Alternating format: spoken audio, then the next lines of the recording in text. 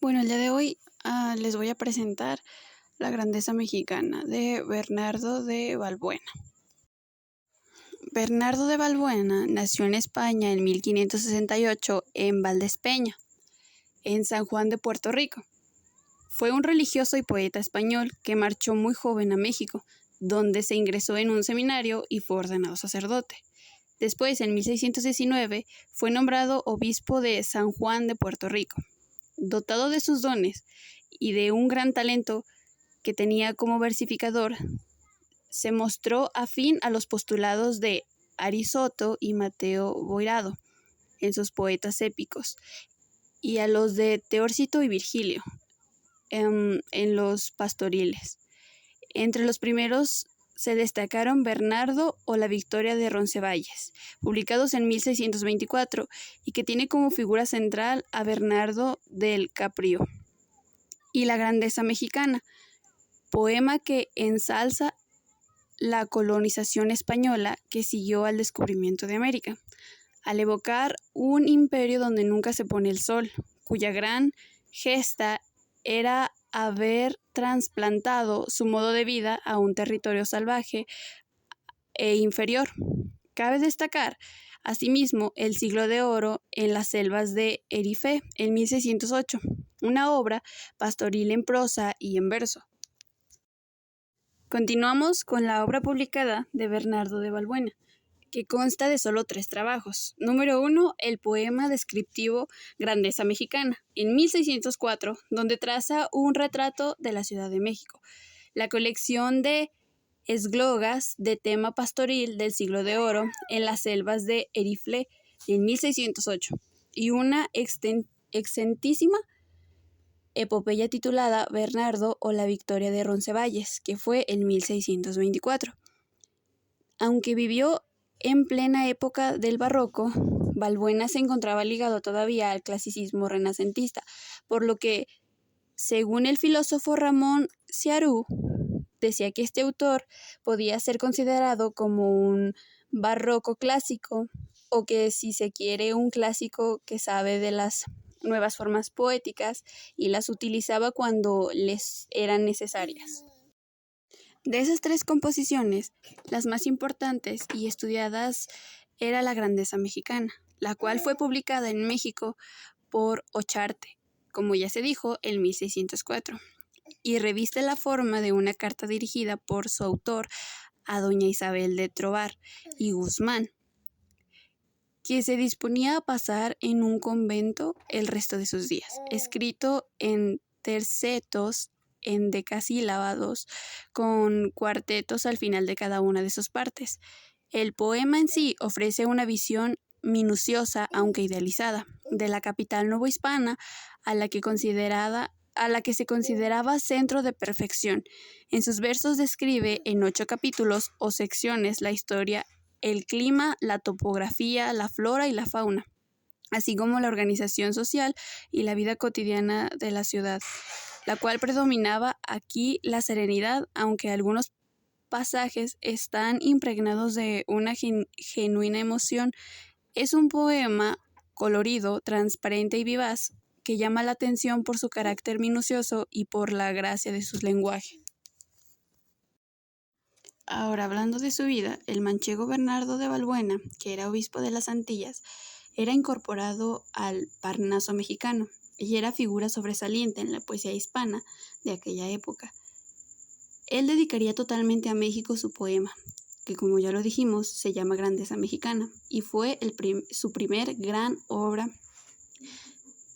de lírica, y volvería a recordar a México en sus obras posteriores. En El siglo de oro en las selvas de Efirie, que es una novela pastoril, El metro, y El Bernardo o Victoria de Roncesvalles, que es una epopeya artística. Él está orgulloso de sus 2 patrias, así decía. Él decía que estaba orgulloso de sus 2 patrias. Es ya un poeta superior, y en él aparecían un monumento de ese alejandrismo moderno, que ya todos llaman barroco. Sus notas de mayor facilidad se dan a la grandeza, las del estilo más ajustado en la novela pastoril, las más ricas y robustas en el poema épico, dejando de lado sus obras secundarias en prosa o en verso. La poesía de tema mexicano es, en Balbuena, no una poesía tropical y fogosa, como algunos la ven o han dicho, sino una urbana, acicalada y hasta geométrica. Se adelanta al churrigueresco y anuncia las revoluciones poéticas del siglo de oro por caminos independientes. Temas, influencias y corrientes. Su grandeza, poema en airosos tercetos, es un ostentoso mural sobre la Ciudad de México, sus caballos, sus monumentos, el teatro, las letras, las elegancias, oficios, etc., cuidadosamente dibujado e iluminado con un alegre paleta. Balbuena compone un poema épico caballeresco sobre el héroe leonés Bernardo del Caprio, en el que el autor sigue la corriente de los influyentes romancí de la lengua toscana, específicamente el Orlando Furioso de Arisotto y también el Orlando Innamorato de Boiardo. La obra publicada de Bernardo de Balbuena consta de solo 3 trabajos, como ya se había dicho. El poema descriptivo La grandeza mexicana, donde traza un retrato de la Ciudad de México, la colección de eglogas de tema pastoril del siglo de oro en las selvas de Erifle, y una extentísima epopeya titulada Bernardo o la victoria de Roncesvalles. Aunque vivió en plena época del barroco, Balbuena se encontraba ligado todavía al clasicismo renacentista. Según el filósofo Ramón Ciarú, este autor puede ser considerado como un barroco clásico, o si se quiere, un clásico que sabe de las nuevas formas poéticas y las utiliza cuando le son necesarias. Ahora, enfocándonos en el tema principal, que es la grandeza mexicana, se dice que, de acuerdo con el poema, este fue escrito para doña Isabel de Tovar y Guzmán, la cual le pidió al narrador que se hiciera un perfectísimo retrato de la grandeza mexicana. La representación dada no se refiere al país, sino a la ciudad, que es mostrada a través de diversos tópicos a lo largo del texto, considerando por algunos críticos como uno de los primeros poemas en que se muestra un nacionalismo incipiente de nuestro país. La grandeza mexicana es un poema completamente descriptivo que narra con constante asombro y alabanza cada uno de los elementos ahí presentados.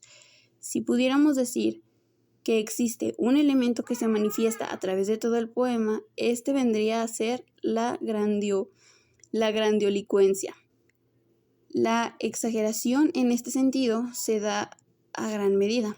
Todo en la famosa México es grandiosa, desde las cosas más pequeñas hasta las gentes que allí viven. México era el centro de perfección, el mundo de quicio. Se encuentra ubicado fuera de la razón, pero a la vez está situada en un lugar privilegiado, similar en cierta forma al paraíso. La famosa México es el espacio donde todo se da en abundancia. La naturaleza es rica en productos y las cosechas rinden por meses, los metales preciosos van en recúas, carros, carretas, carretones y abundan razas, por lo que forman diferentes pensamientos, por lo que se dan diferentes oficios. Hay diferentes clases sociales, hay diferentes lenguas, diferentes propósitos, diferentes fines y diferentes deseos. Y aún a veces hay leyes y opiniones diferentes. La abundancia no solo se daba en las cosas comunes, el exotismo era algo que proliferaba en ese lugar. A la ciudad llegaron cosas de muchos países del mundo y lo podemos citar en el siguiente texto.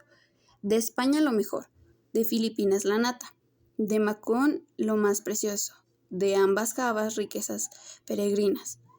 La fina loza de Sangle Mendrosa, las ricas martas de Citicios Capes, el trogolita de Cinamo oloroso, ámbar de Malabar, perlas de Indapes, droga de Egipto, de Panaya olores, el permiso alhombras y el Etopía Japes.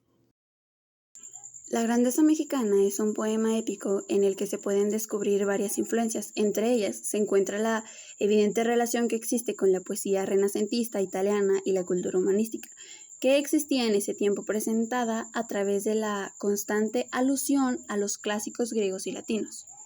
A lo largo del poema se van desarrollando los diversos temas anunciados en el argumento.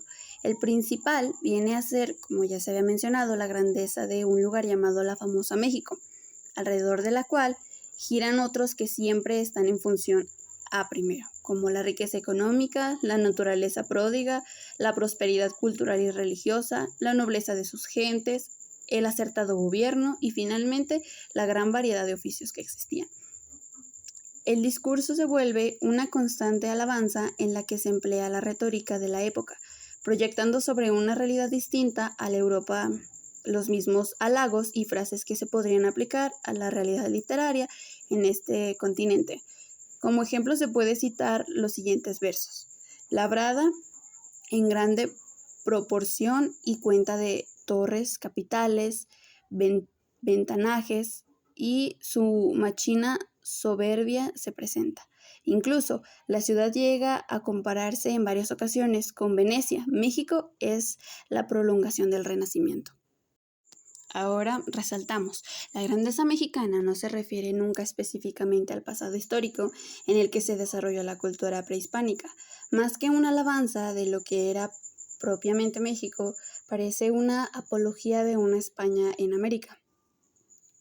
¿Quién no creerá que las consejas crecen si oye que en menos tiempo de 10 años ganó España en las Indias que hoy florecen?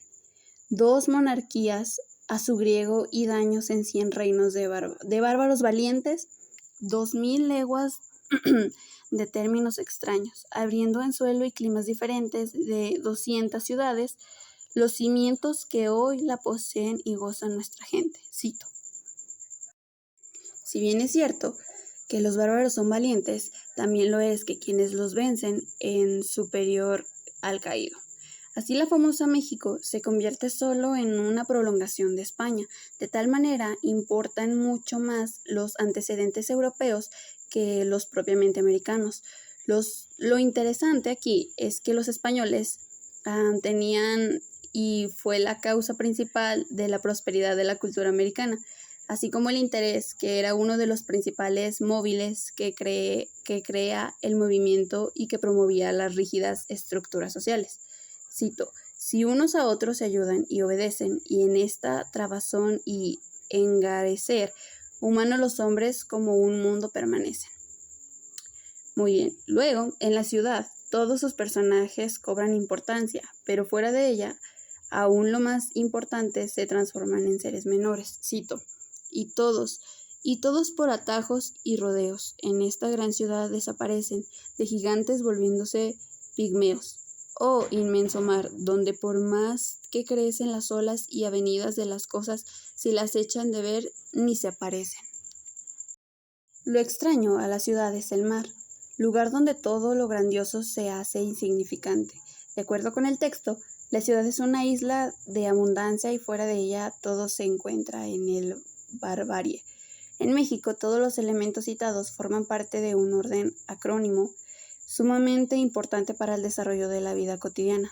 Las relaciones que se dan entre los diversos personajes mencionados y la naturaleza, hombre y mundo, son la base de la permanencia del hombre en la sociedad, así como la variedad que producía la riqueza, y de esa forma cada uno debía asumir el papel que le correspondiera en esa compleja red de relaciones sociales, pues como hoy en día es.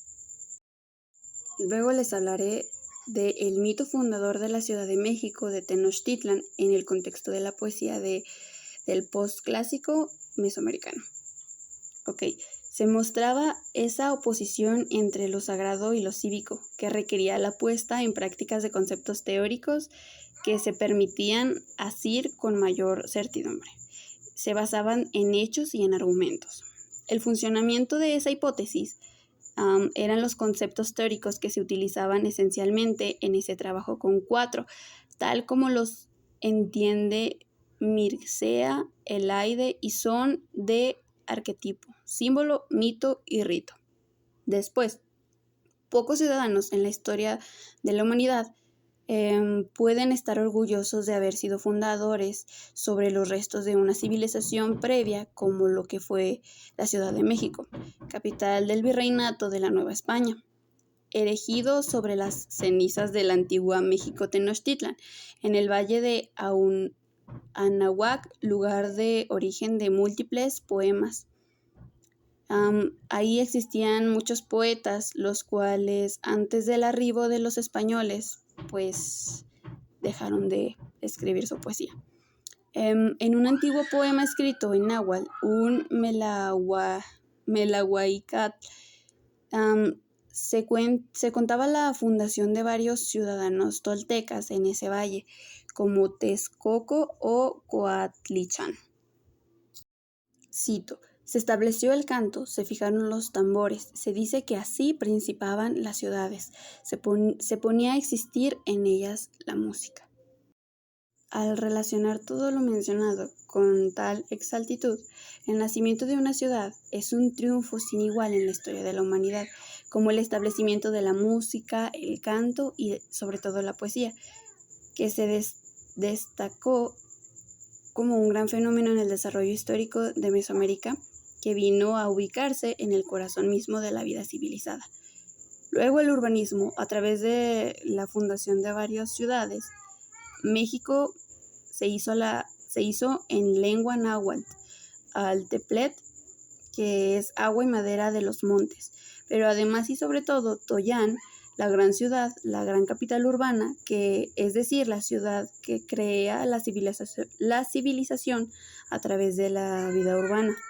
México era así el lugar reencontrado de la mítica Tamonachan, el sitio privilegiado de los hombres donde se impartía Intili, Intalay y tinta negra y la tinta roja, que era el conocimiento de Baudot. Así pues, en un último escrúpulo y duda sobre la perennidad de los bienes materiales, Balbuena cita de olvido la década elegida, el primer libro en los renglones finales de su compendio apologético en alabanza a la poesía. Cito: todo se acabará por los diversos cursos del tiempo, el oro, los vestidos, las joyas, tesoros y más válidos, y no el nombre inmortal que dan los versos. Por último, este último verso, que también es de la obra y de su complemento, es indudablemente el que más cuenta para Balbuena. Él es este poeta de nombre inmortal, y los versos de grandeza mexicana se leerán por los siglos, cifriando que es un siglo de oro en la Nueva España, que fue algún tiempo el centro del mundo y el imán donde debía que pegarse los epigrados de los territorios europeos del imperio, animándolos por los lectores naturales y por los selectos de la obra. Y eso sería todo. Muchas gracias por su atención.